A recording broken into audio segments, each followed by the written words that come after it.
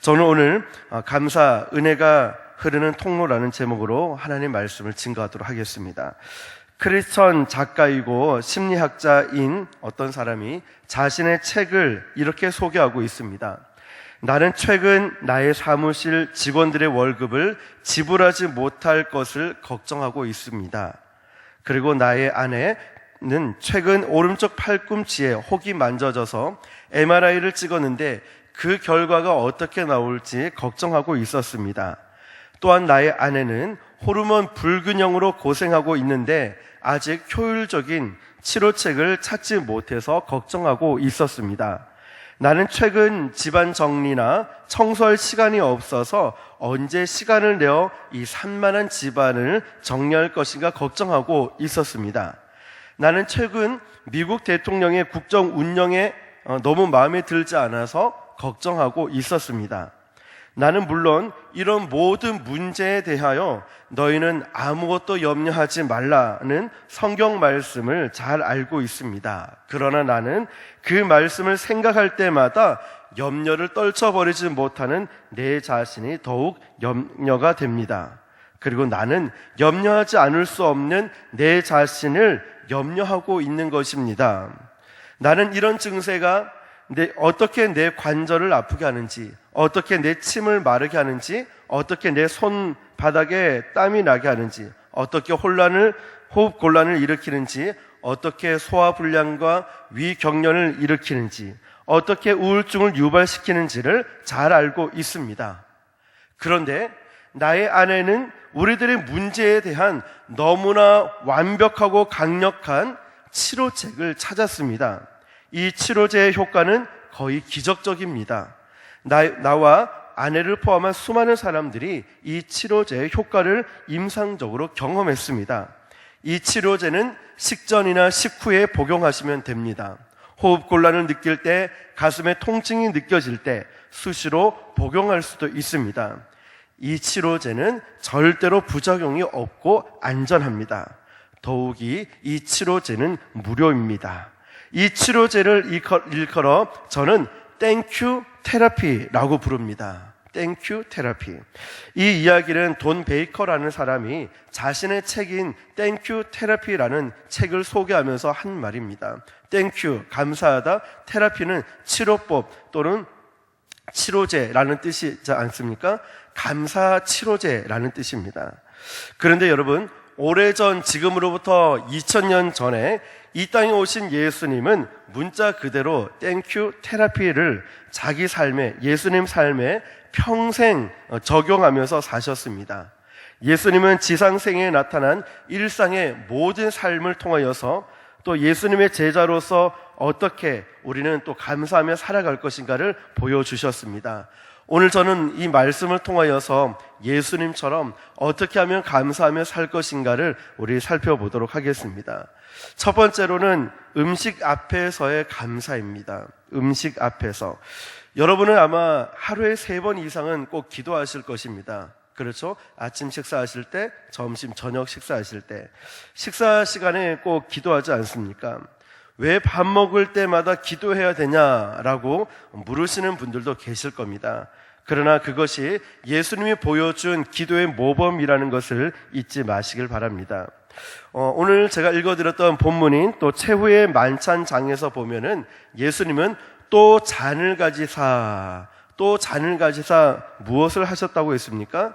감사 기도하시고 떡과 잔을 나누셨습니다. 이것은 최후의 만찬 때만이 아니었습니다. 우리가 잘 알고 있는 오병이어의 기적을 보면은 예수님은 먼저 하늘을 우러러 축사하셨다라고 말씀하고 있어요. 이 축사는 감사라는 뜻입니다. 감사했다. 이처럼 감사는 예수님의 거룩한 습관이었습니다. 일용할 양식을 위하여 기도하라고 가르쳐 주신 분이 주님이시라면은 그 일용할 양식을 받고 이 땅에 생존의 은혜를 누림으로써 우리가 예수님 앞에 감사하는 것은 당연한 일 아니겠습니까? 뿐만 아니라 오늘 우리가 사는 세상에 아직도 적지 않은 사람들이 이 생존의 문제를 놓고 씨름하고 있다는 것을 생각하면은 우리가 아침밥을 먹고 점심밥을 먹고 저녁을 먹고 이런 음식을 먹을 수 있다는 은혜가 얼마나 감사하겠습니까? 오늘처럼 문명사를 이룬 이런 기적을 이룬 21세기에도 유엔 식량 농업기구에 따르면 세계 인구 가운데 8억 4,200만이나 기아 인구라고 합니다. 적어도 이 땅에 살고 있는 전 세계의 14%. 그러니까 7명이나 8명 중 한 사람은 하루에 한 끼도 제대로 먹지 못해서 전전긍긍하고 있다는 것입니다. 그리고 이들 중에 매년 약 2천만 명이 기아로 죽어가고 있다고 합니다. 이것이 우리가 살고 있는 지구의 현실이라면 한 끼 식량을 앞에 놓고 하는 일용한 양식을 주셔서 감사합니다, 주님. 이렇게 기도하는 것은 얼마나 절실한 기도이겠습니까? 가정에서든 직장에서든 식사 전에 기도함을 통하여서 나의 생존의 원천이 오직 주님이라는 사실을 잊지 마시고 날마다 고백할 수 있길 바랍니다. 또한 동시에 나처럼 먹지 못하는 이웃들에게 먹을 수 있는 은혜를 달라고 기도하는 것도 잊지 마시길 바랍니다. 이처럼 주님은 일용한 양식 앞에서, 음식 앞에서 감사 기도하셨습니다. 두 번째로 보시면 축복 앞에서 감사 기도하시는 예수님을 발견하게 됩니다. 우리말 성경 번역에서 예수님은 식사 전에 감사하셨다라는 것을 많은 경우에 성경에서는 축복하셨다 또는 축사하셨다로 번역하고 있습니다. 성경에서는 감사와 축복을 동의어로 사용되고 있습니다. 예수님은 아무리 작은 식량이라도 먹을 수 있는 것이 하나님의 축복이라는 사실을 알고 계셨고, 그래서 늘 식전에 감사 기도를 하셨습니다. 그리고 동시에 그 감사 기도가 그 축복이 다시 나누어지는 소원하신 축복의 기도였습니다. 그리고 이런 축복의 기도는 다시 축복을 나누는 기적을 낳았습니다. 그것이 바로 오병이어의 기적이었습니다. 마태복음 14장 19절을 보면 기적의 현장이 나옵니다. 무리를 명하여 잔디 위에 앉히시고 떡 5개와 물고기 2마리를 가지사 하늘을 우러러 축사하시고, 즉 감사 기도하시고 떡을 떼어 제자들에게 주심에 제자들이 무리에게 주님. 여러분, 우리는 이 상황을 너무나 잘 알고 있습니다. 오병이어의 기적. 그런데 이 상황에서 감사 기도한다는 게 거의 비현실적 감사 아니겠습니까? 여러분, 무리들의 필요는 엄청났습니다. 21절에 보니까 먹은 사람이 여자와 어린아이 외에 5,000명이나 된다고 합니다. 그러니까 실제적으로 이 무리 모인 사람들은 약 2만 명이나 가까운 사람들이 모여있던 것입니다. 한 아이가 가지고 온 점심은 겨우 보리떡 5개와 물고기 2마리에 불과합니다. 그러나 그것이라 할지라도, 그 작은 것이라 할지라도 감사할 수 있었을 때 어떤 일이 일어났습니까? 기적이 일어났다는 것입니다. 그러므로 오병이어의 기적 정체는 차라리 감사의 기적이라고 해도 과언이 아닐 것입니다. 그래서 유명한 스펄전 목사님은 이런 말을 했습니다. 한 자루의 촛불을 인하여 감사하는 자에게 별빛을 주고, 별빛을 인하여 감사하는 자에게는 달빛을 주고, 달빛을 인하여 감사하는 자에게는 햇빛을 주고, 햇빛을 인하여 감사하는 자는 햇빛이 필요 없는 천국을 주신다라고 했습니다. 여러분, 그러므로 아무리 작은 것이라 할지라도 그것이 축복임을 인지할 때 예수님처럼 즉각적으로 감사하실 수 있길 바랍니다. 이 감사는 또 다른 축복과 또 다른 기적을 가져올 것입니다. 저 여러분들이 작은 것이라 할지라도 여러분의 모든 상황에서 감사하며 사시는 저와 여러분 되시기를 주님의 이름으로 축복합니다. 자, 마지막 세 번째입니다. 세 번째를 보시면 삶의 위기 앞에서 감사 기도하는 것입니다. 삶의 위기 앞에서.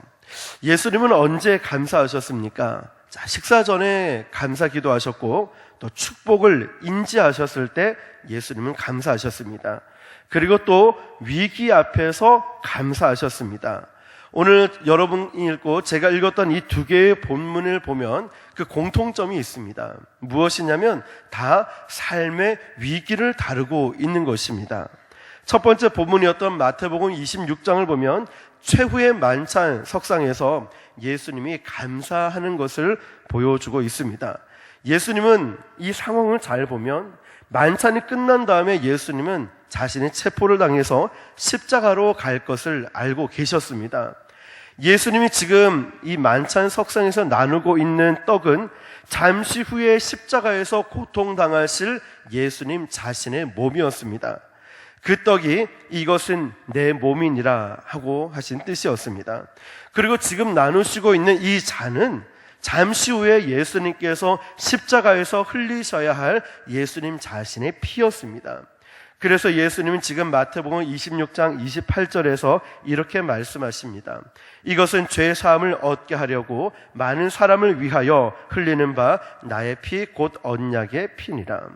이런 예수님 자신의 인생 최후의 위기인 이 죽음 앞에서 예수님은 감사의 기도를 드리고 있는 것입니다. 그리고 오늘 함께 읽었던 둘째 본문인 요한복음 11장은 예수님의 사랑스러운 친구가 직면한 위기를 다루고 있습니다. 친구가 병을 앓다가 갑자기 죽은 것입니다. 그런데 지금 예수님은 이 죽은 친구의 무덤 앞에서 무엇을 하고 계신지 아십니까? 감사 기도를 하고 있었습니다. 물론 예수님은 친구의 죽음이 나중에는 친구의 부활의 현장이 될 것을 알고 계셨습니다.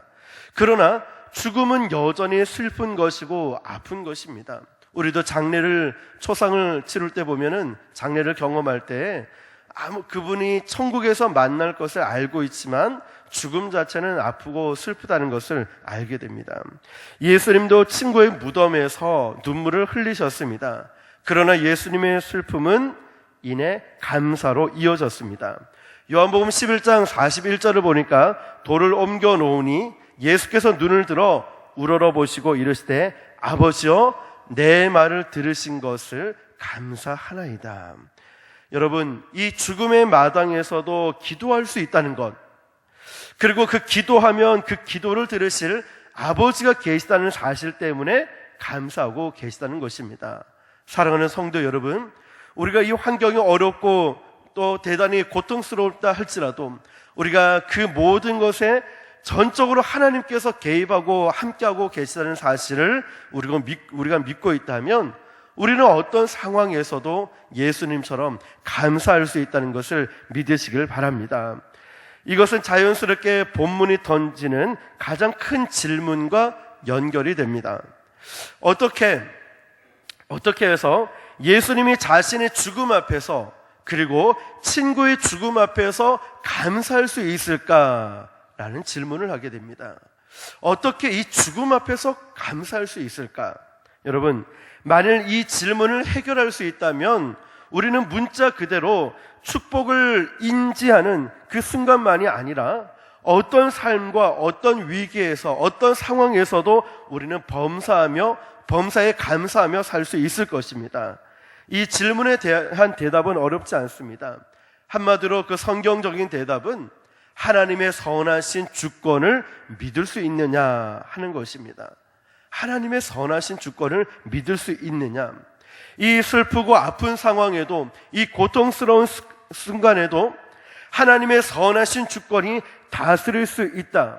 하나님의 선하신 주권이 다스리고 있다라는 것을 우리가 믿을 수 있다면, 그것을 믿음으로 고백한다면 우리는 어떤 순간에도 어떤 위기에도 감사할 수 있다는 것을 믿으시길 바랍니다.